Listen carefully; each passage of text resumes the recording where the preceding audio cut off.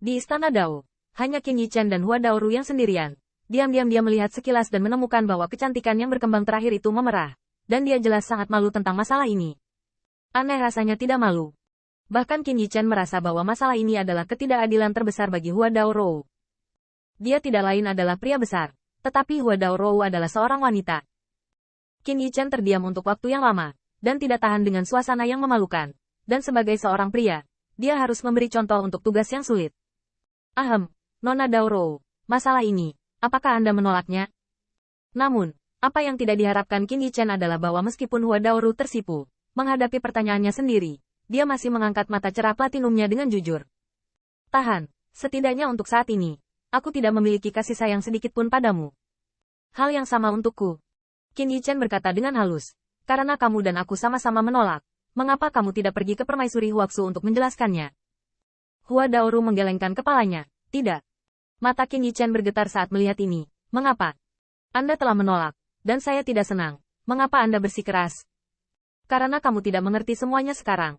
Taisu dan Master Qian Kun telah menjelaskannya dengan sangat jelas. Hua Daoru terlihat serius. Dan Qin Yichen sepertinya telah menemukan bahwa wanita aneh dari klan Huaxu ini. Tidak peduli apa yang dia temui. Dia akan memperlakukannya dengan sangat serius dan jujur ketika menghadapi masalah. Tidak hanya dia pemalu. Qin Yichen percaya bahwa Hua Daoru Uneng dengan jelas mengatakan di tempat bahwa dia ingin menggulingkan Kaisar Yuan Tian, yang menunjukkan bahwa dia juga memahami keluhan Kaisar Yuan Tian, dan mengenal leluhur Hei. Mustahil bagi Hua Daoru untuk tidak membencinya, tapi dia bisa menahan rasa malu dan menjawab dirinya sendiri dengan sangat serius, melepaskan segalanya dan menghadapi semuanya dengan serius. Juga, meski tidak ada niat cinta untukmu sekarang, Taisu berkata masih ada cukup waktu, dan aku akan berusaha sebaik mungkin untuk membuat diriku mencoba menyukaimu di tahun-tahun ini. Setelah suara lembut Hua Dao selesai, dia tersenyum. Pada saat itu, kecantikan Hua Daoru di zaman makmur masih memerah, tapi senyumnya secemerlang bunga, dan mata indah Hua Gui Minghao lebih tulus dan sederhana. Dalam adegan ini, Qin Yichen hanya merasa bahwa pria manapun di dunia akan jatuh cinta padanya, dan dia tidak terkecuali, dan dia tidak bisa menahan diri untuk tidak sadar. Apalagi dengan pengakuan yang tulus ini, bagaimana mungkin orang di dunia ini bisa menjaga pikirannya dan keenam dewa tetap utuh? Saat itu, Qin Yichen hanya merasa bahwa wanita dari klan Huaxu di depannya, dengan sinar matahari yang tiada taraf, seakan membuat bunga-bunga bermekaran dan matahari bersinar kemanapun dia pergi. Dan Hua Daoru dengan cepat menundukkan kepalanya. Yushu menggenggam rok neon warna-warni di tubuhnya, dan bergumam pada dirinya sendiri. Hei, Taisu berkata bahwa ketika dia tertawa seperti itu barusan, pria akan tergoda, tapi dia benar-benar pemalu. Petik 2. Melihat pemandangan ini, Qin Yichen tidak bisa membantu memikirkan Long Waner. Lady Daoru, tahukah Anda bahwa Anda sangat mirip dengan teman saya? Namanya Long Waner. Pernahkah kamu mendengarnya? Hua Daoru memikirkannya dengan serius. Kudengar dialah yang mengorbankan dirinya agar Taisu bisa melihat matahari lagi. Tapi aku baru saja mendengarnya. Lidah Qin Yichen ragu-ragu sejenak. Dia adalah seorang pahlawan. Dia luar biasa, sama seperti Anda. Anda sangat mirip. Keduanya sama-sama baik. Dan ketika Anda menghadapi masalah, Anda akan mencoba menyelesaikannya dengan cara yang paling positif. Meskipun belum 2 jam sejak saya bertemu Hua Daoru, Qin Yichen telah mempelajari kualitas yang sangat berharga darinya. Aku tidak tahu siapa di antara kamu yang lebih baik, tapi ada satu hal, kamu harus lebih baik darinya. Hah? Apakah ada?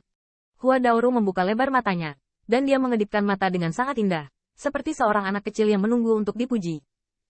Qin Yichen mencoba untuk rileks, memegang tangannya di belakangnya, duduk di punggungnya dan mengangguk. Nah, itu berarti kamu terlihat baik ketika kamu tersenyum. Sister Waner tidak bisa. Sister Waner sangat cantik, tapi dia sepertinya tidak pernah tertawa. Aku pernah melihatnya tersenyum beberapa kali, tapi berubah jadi jelek. Namun, betapa dia berharap untuk melihat senyum Long Waner lagi.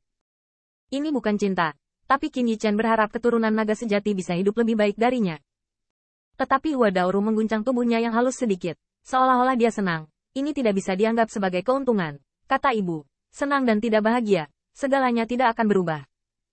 Dalam hal ini adalah hari untuk bahagia, dan hari untuk tidak bahagia, jadi optimislah. Qin Yichen tersenyum, tetapi pada saat ini, dia melihat Hua Daoru dengan sungguh-sungguh berdiri lagi, dan dia harus mengikutinya untuk berdiri. Iya, Taizhou juga bilang, aku bodoh sekali. Biar aku belajar dari satu sama lain di sisimu. Bodoh. Seorang kaisar yang bermartabat, bagaimana bisa Huaxu Tianjiao menjadi bodoh jika dia begitu takut sehingga Fan Wanxing bahkan tidak bisa mengucapkan sepatah kata pun? Qin Yichen sedikit terkejut, tetapi segera dia tercengang. Apa yang dikatakan permaisuri Huasu bodoh, bukan karena potensi bakatnya, tetapi, seolah-olah dia mengatakan anaknya bodoh. Di mata semua tamu, setiap kata yang diucapkan Hua Daoru setelah tiba di tempat kejadian sangatlah bodoh.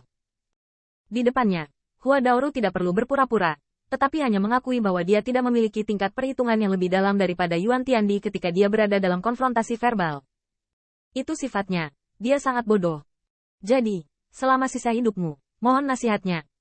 Tubuh halus Hua Daoru bersinar dengan semangat yang berkilauan, memberi hormat dengan sungguh-sungguh, seolah-olah suami dan istri saling menghormati seperti tamu.